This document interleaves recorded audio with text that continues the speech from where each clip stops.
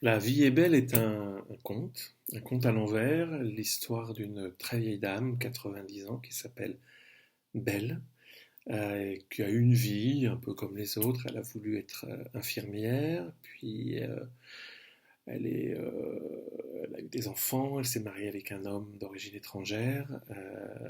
Ses enfants se sont vite désintéressés d'elle, malheureusement, sauf une, Marianne, dont le fils Serge va devenir très proche de sa grand-mère, en particulier parce qu'ensemble, ils allaient à la montagne et jouaient à s'inventer des rôles. Serge est devenu comédien, il s'est mis en couple avec un garçon qui s'appelle Fidèle, un ingénieur du son du cinéma atteint d'une grave maladie. Et Blanche, elle, en vieillissant, bien, a fini par rentrer dans un EHPAD où elle s'ennuie et tricote en s'ennuyant, elle s'entend de ne plus s'ennuyer en tricotant. Il se trouve que cet EHPAD où elle réside accueille chaque année une partie d'un festival de théâtre et de musique qui a lieu dans la ville où se trouve l'EHPAD et qu'un comédien célèbre qui s'appelle Charles Bayard, vient y jouer son seul en scène qui s'appelle Florilège. Euh, et il va se passer quelque chose d'étonnant entre ces deux êtres à l'occasion d'une répétition avortée dans les jardins de l'EHPAD qui oblige le grand Charles à venir répéter à l'intérieur de l'EHPAD en plein orage, dans la nuit, en fait, dans la pénombre en tout cas, parmi des bougies. Et Blanche va tomber un peu en amour pour cet homme resplendissant qu'elle vient écouter un peu par hasard dans la salle d'animation de l'EHPAD.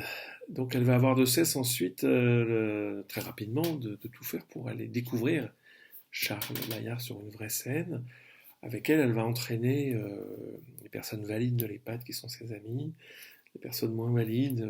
Blanche, en tant qu'ancienne infirmière, avait l'habitude d'aller les voir pour les aider à passer le temps et peut-être à se préparer à mourir. Donc elle se bat pour réussir ce petit voyage jusqu'au château où se trouve la scène principale qui n'est qu'à quelques kilomètres, mais il y a une sorte de méchante sorcière qui dirige l'EHPAD, elle s'appelle Solène, mais elle réussit. Elle réussit à réserver un car, à négocier des prix à 10 euros, et un soir, la petite troupe de ses amis part donc découvrir Florilège avec Charles Bayard. Comme parallèlement, elle sait que Serge et Fidèle ont comme projet de créer une version audio des Contes des Mille et Une Nuits.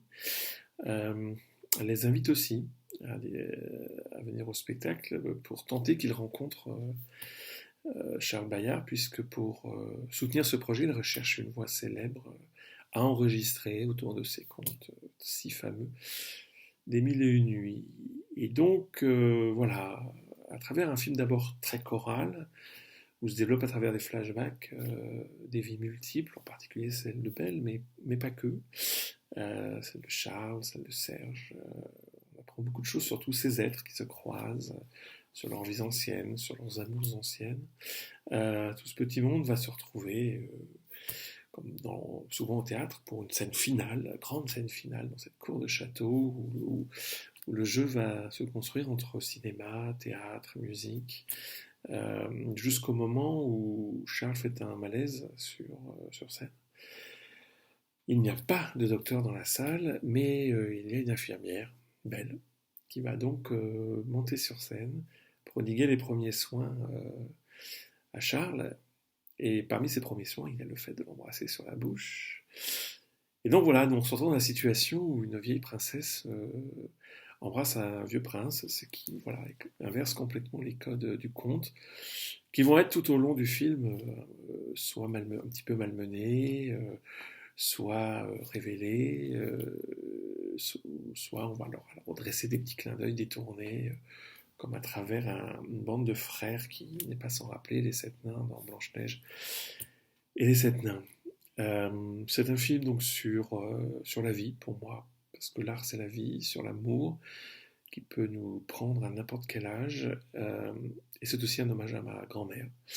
Je suis donc un peu dans Serge. Voilà, j'espère que vous m'y retrouverez un peu, mais pas trop, et que surtout vous tomberez amoureux comme moi de cette belle belle dans